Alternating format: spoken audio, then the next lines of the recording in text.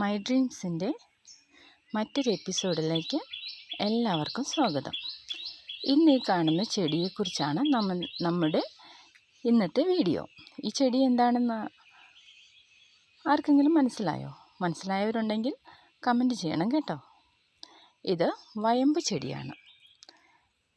കുറച്ച് വർഷങ്ങൾക്ക് മുൻപ് എനിക്കിതിൻ്റെ ഒരു കുഞ്ഞു തൈ കിട്ടിയപ്പോൾ ഞാനിത് നട്ടുവെച്ചതാണ്. 1-2 ചെടികളുണ്ട്, 1-2 ചുവടുണ്ട് എനിക്ക്.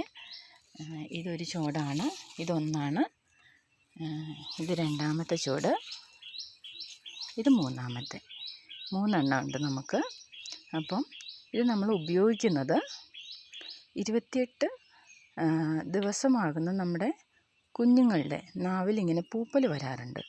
ആ പൂപ്പൽ പോകുന്നതിന് വേണ്ടി ഈ വയമ്പ് ചെടിയുടെ ഉണങ്ങിയ വേരും ഉരച്ച് അതിൽ തേനും കൂടെ ചേർത്ത് നമ്മൾ നാവിൽ തേച്ച് കൊടുത്തു കഴിയുമ്പോൾ ആ പൂപ്പലെല്ലാം മാറും.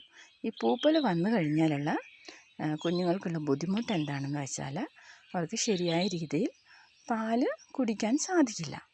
അപ്പോൾ അതിന് പറ്റിയ നല്ലൊരു ഔഷധമാണ് വയമ്പ്. നമ്മൾ കടയിൽ നിന്ന് മേടിക്കാറുണ്ടല്ലേ. പക്ഷേ ഈ ചെടി നമ്മൾ എല്ലാവരും കണ്ടു കാണില്ല.